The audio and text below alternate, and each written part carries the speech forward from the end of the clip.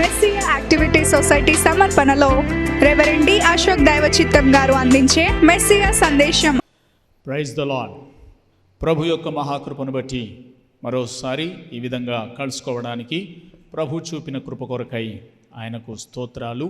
అలాగే మీ అందరికీ కూడా శుభాశీస్సులు తెలియచేస్తూ ఉన్నాం. ఎలా ఉన్నారు? దేవుడు గడిచిన దినములన్నీ మనల్ని కాచి సంరక్షిస్తూ వచ్చారు. ఈ దినం దేవుని సన్నిధిలో గడపడం, దేవుని వాక్యం ధ్యానించడం, దేవుణ్ణి స్తుతించడం ప్రభు మనకిచ్చిన గొప్ప భాగ్యం అనే చెప్పాలి. ఎందుకనంటే ఎన్నో భయంకరమైన విపత్కరమైన పరిస్థితులు చూస్తున్నటువంటి ఈ దినములలో మనం దేవుని వాక్యం వినగలగటం, దేవుని సన్నిధిని అనుభవించగలగటం అనేది నిజంగా ఇది దేవుని యొక్క కృపయే, దేవుని యొక్క భాగ్యమే. కనుక ఆయనను మనము స్తుతించవలసిన వారమై ఉన్నాం. అదే రీతిని దేవుని వాక్యాన్ని ధ్యానించుట కొరకు సిద్ధపడుతున్నాం. ప్రార్థన చేసుకుని దేవుని వాక్యాన్ని వినబోతున్నాం. ప్రేమగల మా తండ్రి, మీకు స్తోత్రం. ఇదిగో మీ వాక్యాన్ని ధ్యానించడానికి మేము సిద్ధపడుతున్నాం. ప్రతి ఒక్కరిని బలపరచండి. మా మనస్సులను తెరిచి విత్తబడుతున్న ప్రతి వాక్య భాగం మంచి నేలలో పడి ఫలించున్నట్లుగా ప్రతి హృదయాన్ని సిద్ధపరిచి ప్రతి ఒక్కరికి వినగల చెవులు, గ్రహించే మనస్సును అనుగ్రహించి మీ వాక్యము కొరకై సిద్ధపరచండి. అటు వాక్యము చేత మా జీవితాలలో ఒక నూతన పరివర్తన కలుగ చేయమని, దీవెనతో నింపుమని యేసు నామమున ప్రార్థిస్తున్నాను తండ్రి, ఆమెన్. మంచిది, వాక్యాన్ని విందాం. ఈరోజు మరొక శ్రేష్టమైన వర్తమానాన్ని మనం వినబోతున్నాం. ఏమంటే ప్రస్తుతం సమాజంలో కరోనా వైరస్ సెకండ్ వేవ్ విస్తరిస్తుందని మనం గమనిస్తున్నాం. అయితే మొదటిసారి వచ్చిన కరోనా కంటే కూడా ఈ రెండవసారి వచ్చినటువంటి కరోనా చాలా తీవ్రమైనదిగా, బలమైనదిగా, చాలా ప్రమాదకరమైనదిగా మనం చూస్తున్నాం. అవును, వాస్తవమే. బైబిల్ గ్రంథంలో కూడా అట్టి సంబంధమైనటువంటి ఆనవాలు ఉన్నాయి. రెండోసారి అనేది చాలా కఠినమైనదని, రెండోసారి చెప్పడం చాలా కఠినముగా ఉంటుందని, రెండోసారి అనుభవించడం, రెండోసారి ప్రభు శిక్షించడం, రెండోసారి జరగడం అనేది చాలా కష్టతరముగా ఉంటుందని బైబిల్ గ్రంథంలో చూస్తాం. అయితే ఈరోజు మరొక లేఖన భాగాన్ని మనం చదువుకోబోతున్నాం. రెండవసారి వచ్చే తీవ్రతను తట్టుకోవడానికి ఏం చేయాలి? ఈ వాక్యాన్ని ఈరోజు మనం నేర్చుకోబోతున్నాం. రెండవసారి వచ్చే తీవ్రతను తట్టుకోవడానికి ఏం చేయాలి అనే విషయాన్ని చూద్దాం. అయితే ఇంతకీ మొదటిసారి ఏమొచ్చింది, రెండోసారి ఏం రాబోతుంది? బైబిల్ గ్రంథంలో జరిగిన సంఘటనల ఆధారంగా మనం చూద్దాం. రండి. ఆదికాండము 12వ అధ్యాయంలో మనం చదవగలిగితే అబ్రహాము యొక్క జీవిత చరిత్రలో నుండి ఈరోజు మనం ఆరంభించబోతున్నాం. ఆదికాండము 12వ అధ్యాయము 5వ వచనాన్ని మనం చదువుతాం. అబ్రహాము తన భార్య అయిన శారాయిని తన సహోదరుని కుమారుడైన లోతును హారానులో తానును వారును ఆర్జించిన యావదాస్తిని, వారు సంపాదించిన సమస్తమైన వారిని తీసుకొని కనాను దేశమునకు వెళ్ళుటకు బయలుదేరి కనాను దేశమునకు వచ్చిరి. కనాను దేశానికి వెళుతున్నటువంటి ప్రయాణం ఇది మొట్టమొదటి ప్రయాణం. దేవుడు అబ్రహాముకు వాగ్దానము చేసినటువంటి మొదటి సందర్భం. అబ్రహాము మొట్టమొదటిసారిగా కనానుకు బయలుదేరి వెళ్ళాడు. తాను నివసిస్తున్నటువంటి ప్రాంతాన్ని విడిచిపెట్టి, ఆ మెసొపొతేమియా మొదలగు పరిసర ప్రాంతాలన్నిటిని విడిచిపెట్టి కనాను అనే ఒక ప్రత్యేకమైన దేశానికి ప్రయాణమై చేస్తున్నాడు అబ్రహాం. దేవుడు వాగ్దానం చేశాడు, నువ్వు వెళ్ళు, కనాను అనే దేశానికి వెళ్ళు, నువ్వు అక్కడంతా సంచరించు, ఆ భూభాగం అంతటిని కూడా తదనంతరం నీ కుమారులకు, నీ సంతానమునకు స్వాస్థ్యముగా ఇస్తాను అని దేవుడు అబ్రహాముతో వాగ్దానం చేశాడు. ఆ ప్రకారంగానే అబ్రహాము ఈ యొక్క ప్రాంతాన్ని విడిచిపెట్టేసి కనానుకు బయలుదేరి వెళ్తున్నాడు. ఇక్కడ మనం 5వ వచనంలో కనానుకు వచ్చిరి అని మనం చదువుతున్నాం. కానీ ఇప్పుడే వచ్చారు, రాలేదు ఇంకా. చరిత్రకారుడు ఈ గ్రంథాన్ని రాసేటప్పుడు ఇది జరిగిన తర్వాత రాశాడు. కాబట్టి వెళ్ళారు, వచ్చారు అని రాస్తూ తర్వాత దానంతా వివరణ ఉంటుంది. మళ్ళీ ఎలా ప్రారంభించాడు, ఎలా బయలుదేరాడు, ఎక్కడెక్కడ ఆగాడు, ఎవరెవరు కలిశారు, ఎవరెవరిని తీసుకొని వెళ్ళాడు, ప్రయాణంలో ఏమేమి జరిగాయి, వివరణలన్నీ కూడా మళ్ళీ ఉంటాయి అన్నమాట. ఇది ఇంట్రడక్షన్ లాగా. వారు ప్రయాణమై వెళ్ళారు, కానానుకు వచ్చారు అని చెప్తున్నాడు. అయితే ఈ మొదటిసారి అబ్రహాము కనానుకు బయలుదేరి వచ్చేటప్పుడు ఏమేమి జరిగింది, ఏమేమి సందర్భాలు వచ్చాయి, ఏ విధంగా తన ప్రయాణం కొనసాగింది అనే విషయాలను చూడగలిగితే 15వ అధ్యాయము 2వ వచనం వచ్చేసరికి బయలుదేరినటువంటి అబ్రహాము జీవితంలో ఒక విచిత్రమైనటువంటి మలుపు తిరగడం మనం చూస్తాం. అందుకు అబ్రహాము ప్రభువైన యెహోవా నాకు ఏమి ఇచ్చిననేమి, నేను సంతానము లేని వాడనైపోచున్నానే. దమస్కు ఎలియాజరే నా ఇంటి ఆస్తికర్త యగును గదా అని అబ్రహాం ఏమంటున్నాడంటే దేవుని ఎదుట సనుగుతున్నాడు. దేవుడు అబ్రహామును పిలిచినప్పుడు నువ్వు బయలుదేరు, కనాను దేశానికి వెళ్ళు, నేను నిన్ను ఆశీర్వదిస్తా, నీ సంతానాన్ని దీవిస్తాను, నీకు గొప్ప సంతానాన్ని ఇస్తాను, వారికి ఆ దేశాన్ని స్వాస్థ్యంగా ఇస్తాను, రాబోయే దినములలో యుగయుగాలుగా పరిపాలించబోయే రాజులు నీ గర్భాన వస్తారు, నీవు ఉన్నతమైనటువంటి కుటుంబముగా, నా కోసం ప్రతిష్ఠిత జనముగా నువ్వు ఉండబోతున్నావని అబ్రహాముతో దేవుడు వాగ్దానం చేశాడు. ఆ ప్రకారంగానే అబ్రహాము బయలుదేరి వెళ్తున్నాడు.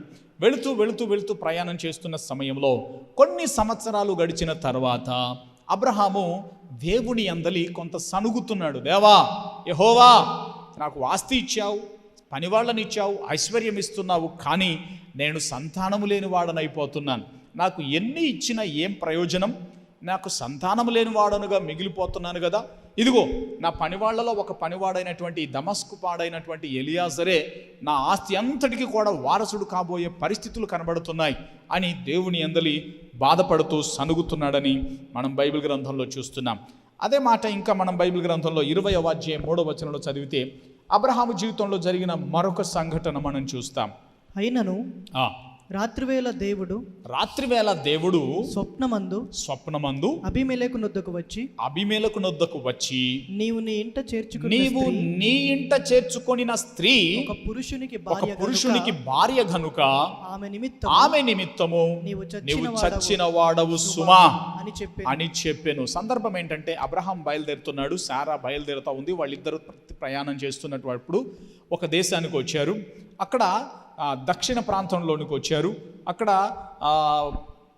ఈ యొక్క ప్రజలు చాలా కఠినులు, వాళ్ళు మొండివాళ్ళు, దేవుని భయం లేని వాళ్ళు క్రూరులు, పాపిష్టులు. కాబట్టి ఈ యొక్క సారా చాలా అందంగా ఉంటుంది, సౌందర్యవతి కనుక ఆమె విషయంలో అబ్రహామును చంపుతారేమోననే భయముతో అబ్రహాం అంటాడు సారాను, ఈమె నా చెల్లెలు అని చెప్పాడు. ఆ ప్రాంతంలో చెప్పినప్పుడు ఆ దేశపు రాజు ఏం చేశాడు, అబీమెలెకు తీసుకెళ్ళి తన యొక్క ఈ అబ్రహాం యొక్క భార్య అయిన సారాను తీసుకొని అబీమెలెకు తన ఇంట్లో ఉంచేసుకున్నాడు. తన భార్యగా చేసుకోవాలనుకున్నాడు కాబోలు. అయితే అబ్రహాము ఏం చేయలేని పరిస్థితి, నిశ్చేష్టుడైపోయాడు. ఏడుస్తున్నాడు, బాధపడుతున్నాడు, కంగారు పడుతున్నాడే తప్ప అక్కడ ఎదిరించడానికి అవకాశం లేదు. ఎందుకనంటే తాను వలస వచ్చి బ్రతుకుతూ ఉన్నాడు. అక్కడ తనకు గొప్ప జనం అంటూ లేరు, తన స్వదేశం కాదు. అక్కడ రాజు, ఆయనతో పోరాడడానికి తనకి సైనికులు లేరు. ఆయన రాజ్య పరిపాలన ఆయన చేతిలో ఉంది.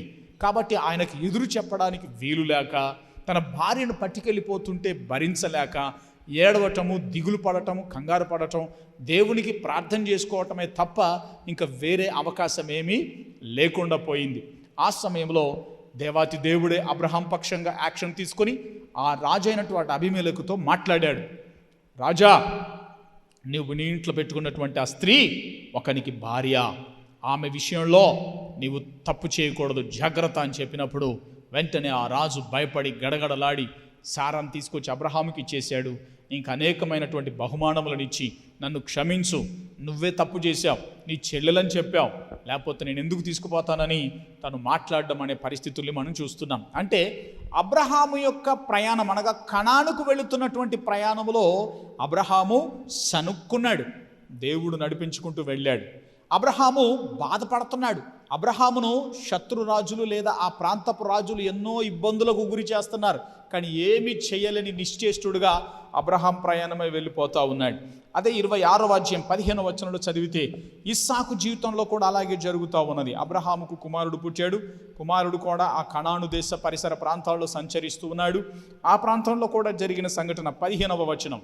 అతని తండ్రి అయిన అబ్రహాము దినములలో అతని తండ్రి దాసులు త్రవ్విన బావులనన్నిటినీ ఫిలిస్తీయులు మన్ను పోసి పూడ్చివేసిరి. స్తోత్రం, హల్లెలూయా. ఎంత ఘోరం చూడండి. ఇస్సాకు జీవితంలో కూడా అలాగే జరుగుతూ ఉంది. అబ్రహాము కుమారుడు అయినటువంటి ఇస్సాకు జీవితంలో తాను వ్యవసాయం చేస్తూ ఆ పరిసర ప్రాంతాల్లో సంచరిస్తూ ఉంటే అబ్రహాము దవ్వినటువంటి బావులు ఆయన త్రవ్వుకున్నాడు, వ్యవసాయ బావులు. అయితే ఆ ఫిలిస్తీన్లు వచ్చి ఆ యొక్క అబ్రహాము బావులనన్నిటినీ మన్ను పోసి పూడ్చివేశారట. కానీ ఇస్సాకు ఏమీ చేయలేని పరిస్థితి. ఎందుకనంటే అల్పసంఖ్యాకుడు, ఒకే ఒక్కడు, ఒంటరి కుటుంబం ఆ ప్రాంతంలో నివసించడానికి వచ్చారు. కాబట్టి దయాభక్తి అనుకుంటూ, అయ్యా క్షమించండి అనుకుంటూ, లేకపోతే వాళ్ళ దయ మీద, వాళ్ళ యొక్క కృప మీద ఆధారపడుతూ ప్రజల మన్ననల కోసము, వాళ్ళ మెప్పు కోసం బ్రతకాల్సిన పరిస్థితి ఆనాడు సమాజంలో కనబడతా ఉంది. అంటే కనానుకు బయలుదేరుతున్నటువంటి మొదటి ప్రయాణంలో ఇదిగో ఈ సంఘటనలు జరుగుతూ వచ్చాయి. వీళ్ళు బాధపడుతున్నారు, కష్టాలు అనుభవిస్తున్నారు, ఇబ్బందులు ఎదుర్కొంటున్నారు, ఆవేదనలు ఎదుర్కొంటున్నారు, నష్టపోతూ ఉన్నారు. కానీ ప్రయాణం మాత్రం సాగిపోతూ ఉన్నది. అయితే ప్రియులారా, ఇదే కనాను యొక్క ప్రయాణము రెండవ ప్రయాణంలోనికి మనం వద్దాం. చూడండి, నిర్గమాకాండంలోనికి వెళ్ళగలిగితే కనాను దేశానికి రెండవ ప్రయాణం. అంటే అబ్రహాము ద్వారా మొదటిసారి వెళ్ళారు, ఇస్సాకు అక్కడ ఉన్నాడు, యాకోబు అక్కడే పుట్టాడు, యాకోబు యొక్క సంతానం అక్కడే పుట్టారు.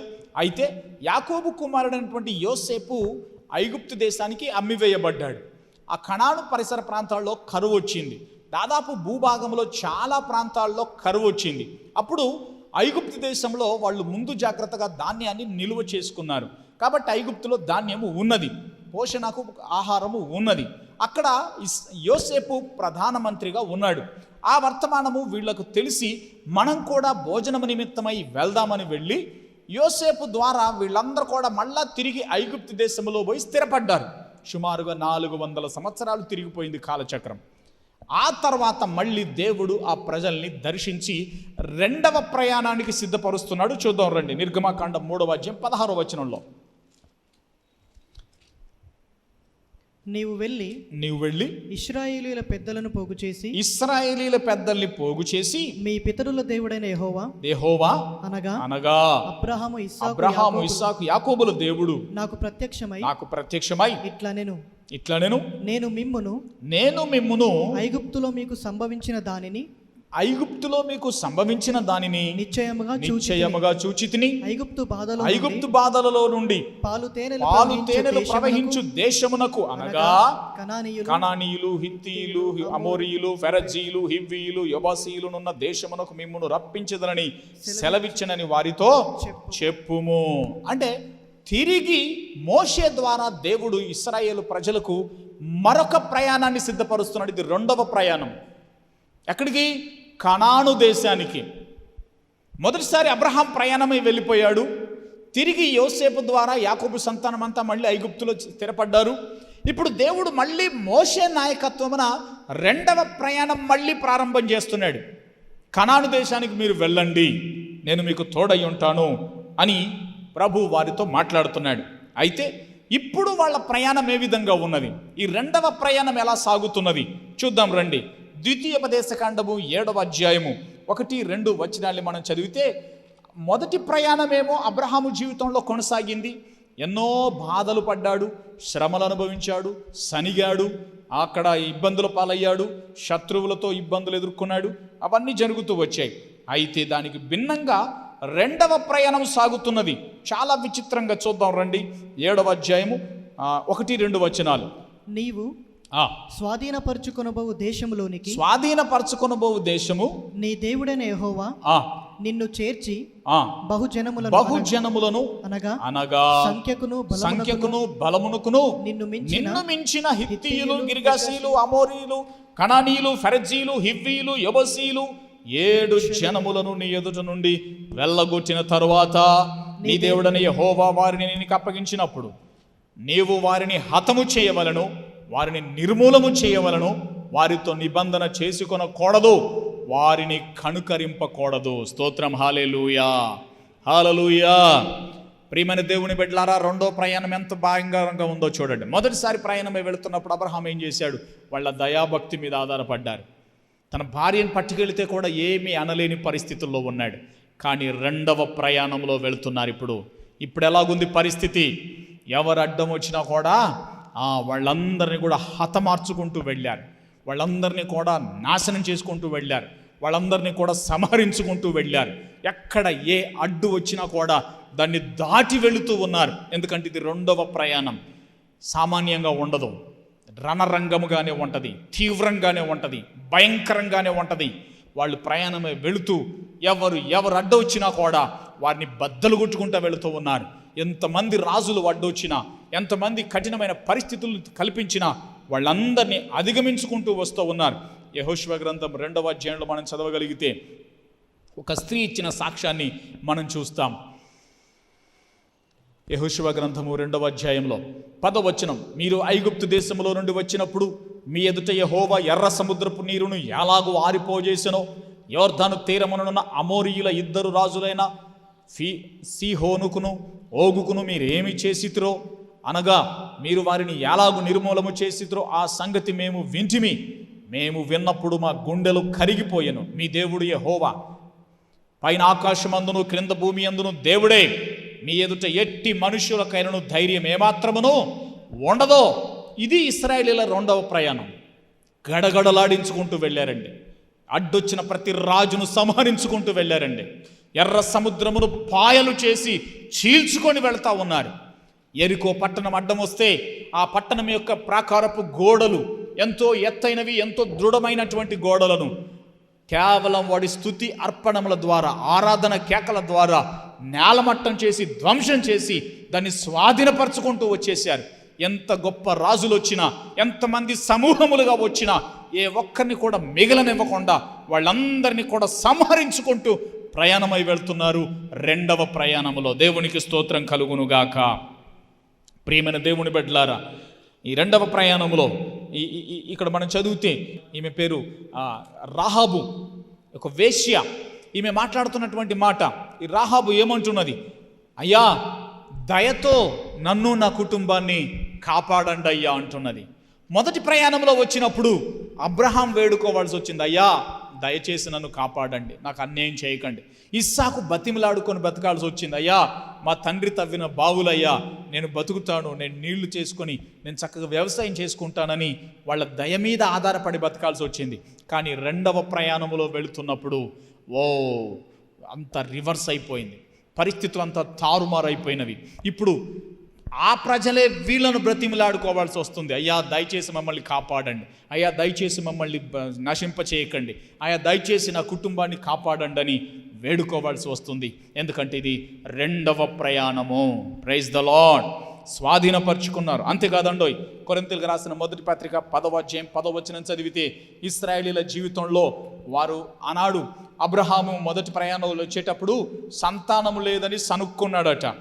సనిగి బాధపడ్డాడు, అయ్యా నువ్వు నాకు సంతానం ఇవ్వలేదు, నాకు అది చేయలేదు ఇది చేయలేదని సనుగుతూ ఉంటే దేవుడు మెప్పించి బొజ్జగించి నడిపించుకుంటూ తీసుకొచ్చాడు.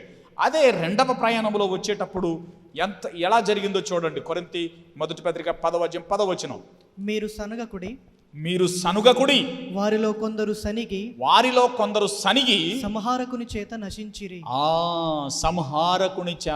నశించిరి. బైబిల్ చరిత్రలో నిర్గమాకాండం మొదలుకొని ద్వితీయోపదేశ కాండం వరకు వాళ్ళు ఇశ్రాయేలీల పునరాగమన చరిత్ర అంతా చదువుకుంటూ వస్తే నీళ్లు లేవని, ఆహారం లేదని, మాంసం లేదని, భద్రత లేదని, ఈ యుద్ధాలు మా వల్ల కాదు అని ఎన్నో సందర్భాలలో ఇశ్రాయేలు ప్రజలు దేవుని మీద సనిగారు. కానీ విచిత్రం ఏంటో తెలిసిన, సనిగిన ప్రతిసారి ప్రతి ఒక్కళ్ళు కూడా సంహరించబడ్డారు. సనిగిన ప్రతి ఒక్కరిని దేవుడు అక్కడికక్కడే చంపేశాడు. సనిగిన ప్రతి ఒక్కరు కూడా ఆనాడే ఆకాశంలో నుండి నక్షత్రాలు రాలిపోయినట్లుగా, లేదా చెట్ల ఆకులు రాలిపోయినట్లుగా ఇశ్రాయేలు ప్రజలందరూ కూడా అక్కడికక్కడే నశించి శవాలుగా మారిపోయారు. కారణం సనుగుట ద్వారా. అదే మొదటి ప్రయాణంలో అబ్రహాం వచ్చినప్పుడు సనిగితే దేవుడు బుజ్జగించాడు. కానీ అదే 2వ ప్రయాణంలో వచ్చేటప్పుడు సనిగాడు. అప్పుడేం జరిగింది, అందరిని సంహరించేశాడు. అంటే 2వసారి అనేది ఎంత ప్రమాదకరంగా ఉందో మనం గమనించాలి ప్రియులారా. 2వసారి ఎంత తీవ్రంగా ఉంటుంది, ఎంత కఠినంగా ఉంటుంది, ఎంత ప్రమాదకరంగా ఉంటుంది మనం గమనించాలి. దానికి సాక్ష్యమే ఈరోజు మనం చూస్తున్నటువంటి ఈ కరోనా వైరస్ కూడా. మొదటిసారి వచ్చినప్పుడు ఇంతమంది చావలేదండి, మొదటిసారి కరోనా వచ్చినప్పుడు ఈ ఊర్లో 2 వచ్చిందంట, ఆ ఊర్లో ఒక 4 వచ్చిందంట, ఈ సిటీలో ఒక 10 మందికి వచ్చిందంట, అలా విన్నాం. కానీ ఇప్పుడేం వింటున్నామో తెలిసిన, ఈ ఊర్లో 4 చచ్చారు, ఆ పట్టణంలో 1000 మంది చచ్చారు, ఈ దేశంలో 1,00,000 మంది చచ్చారు. చావులు వెతుక్కోవలసినటువంటి కఠినమైన పరిస్థితి వచ్చింది. గడగడలాడిపోతుంది దేశమంతా కూడా. ప్రజలందరూ కూడా ఉక్కిరిబిక్కిరైపోతూ ఉన్నారు. ఎంత తీవ్రంగా వస్తున్నది, చిన్న పెద్ద తేడా లేకుండా యువకులు సహితం కరోనా బారిన పడి నశించిపోతూ ఉన్నారు. ఎందుకని? ఇది 2వసారి వచ్చిన కరోనా చాలా తీవ్రంగా ఉంటుంది. ఎందుకంటే బైబిల్ గ్రంథంలో చూస్తున్నాం, 2వసారి వచ్చినటువంటి ప్రయాణము భయంకరంగా ఉన్నది, అది తీక్షణంగా ఉన్నది, అడ్డొచ్చే వారిని చంపేసేదిగా ఉన్నది, సనుగుతున్న వారిని సంహరించేదిగా ఉన్నది, ఏ ప్రకృతి వైపరీత్యాలను కూడా ఎదిరించి సాగిపోతున్నటువంటిదిగా ఉన్నది. అయితే ప్రియులారా, ఈ విషయాలన్నీ నేనెందుకు చెప్తున్నానో తెలుసిన?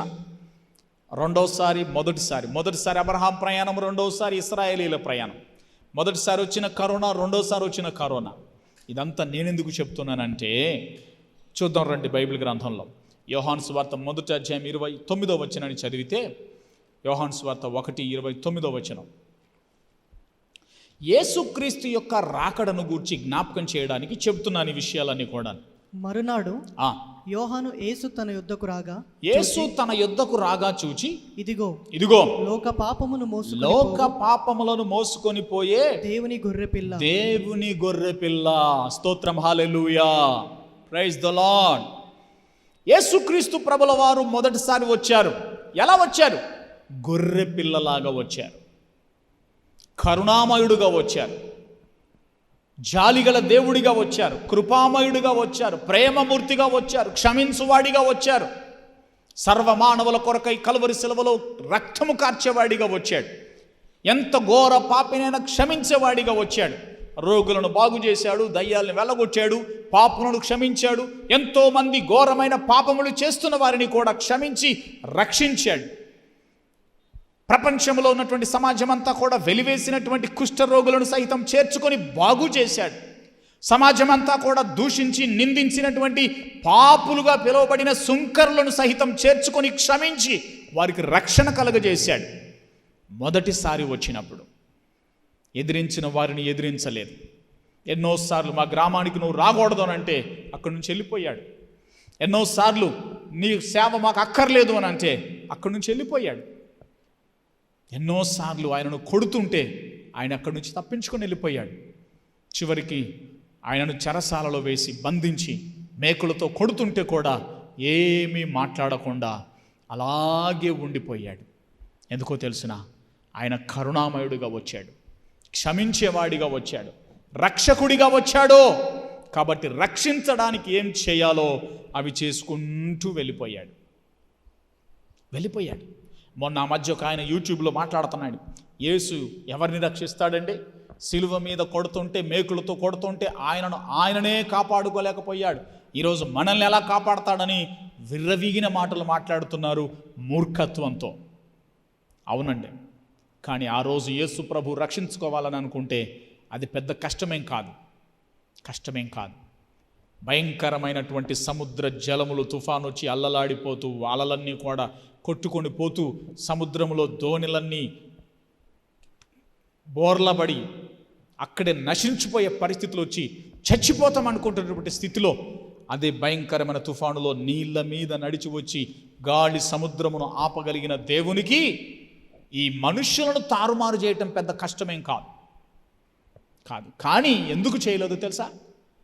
మనుష్యుల యొక్క పాపములను క్షమించడం కోసం, మానవుల యొక్క అపరాధములకు శిక్ష భరించడం కోసం, నిన్ను నన్ను రక్షించడం కోసమే ఆయన కలువరి శిలువలో కార్చిన ప్రశస్త రక్తము చేత మానవుల యొక్క పాపములను తుడిచివేయటం కోసం, మానవుని యొక్క జన్మ కర్మ పాపములను తొలగించి మోక్ష రాజ్యాన్ని పరలోకాన్నిచ్చడం కోసం, నిత్య జీవాన్ని ఇవ్వడం కోసం ఆయన మొదటిసారి వచ్చాడు. మొదటిసారి వచ్చినప్పుడు నోరు తెరవలేదట. యెషయా గ్రంథం 53వ అధ్యాయంలో చదివితే, బొత్సు కత్తిరించి వాని ఎదుట గొర్రెపిల్ల ఉండినట్లు ఆయన మౌనముగా ఉండెను, నోరు తెరవలేదు. ఆయనను మేకులతో కొడుతూ ఉంటే, కొరడాలతో చీలుస్తూ ఉంటే, ముళ్ళ కిరీటం పెట్టి గుచ్చుతూ ఉంటే, కలువరి శిలువలో బళ్ళెముతో పొడుస్తూ ఉంటే తండ్రి, వీరేమి చేయుచున్నారో వీరెరుగరు గనుక వీరిని క్షమించుమని ప్రార్థన చేయటం తప్ప ఏ ఒక్కరిని కూడా ఆపలేదండి. ఎందుకో తెలుసునా? ఆయన కల్వరి శిలువలో రక్తం కార్చి ప్రాణం పెట్టి పాతిపెట్టబడి తిరిగి లేస్తేనే సర్వ మానవ జాతికి పాప క్షమాపణ కలిగి మోక్ష రాజ్యానికి అవకాశం దొరుకుతుంది. కాబట్టి మొదటిసారి వచ్చినప్పుడు అలాగొచ్చాడు. కానీ చెబుతున్నా, రెండవసారి రాబోతున్నాడు. స్తోత్రం, హల్లెలూయా. అలాగుండదో, చాలా కఠినముగా ఉంటుంది, తీవ్రముగా ఉంటుంది, భయంకరంగా ఉంటుంది, ఆవేదనలతో ఉంటుంది, గడగడలాడాల్సి వస్తుంది. ప్రతి ఒక్క మనిషి ఆయన న్యాయపీఠం మీద నిలవబడవలసి వస్తుంది. యేసు ప్రభు రెండవసారి రాబోతున్నప్పుడు భూకంపాలు కలుగుతాయి అన్నాడు, వస్తున్నాయి. యేసు ప్రభు రెండవ రాకడలో రాజ్యాల మీద రాజ్యాలు పడతాయి అన్నాడు, వస్తున్నాయి, జరుగుతున్నాయి. యేసు ప్రభు రెండవ రాకడలో కరువుల చేత ప్రజలు నశించిపోతారన్నాడు, జరుగుతున్నాయి. రెండవ రాకడలో తెగుళ్ల చేత మానవ సమాజం నశించిపోతుంది అన్నాడు, జరుగుతున్నాయి.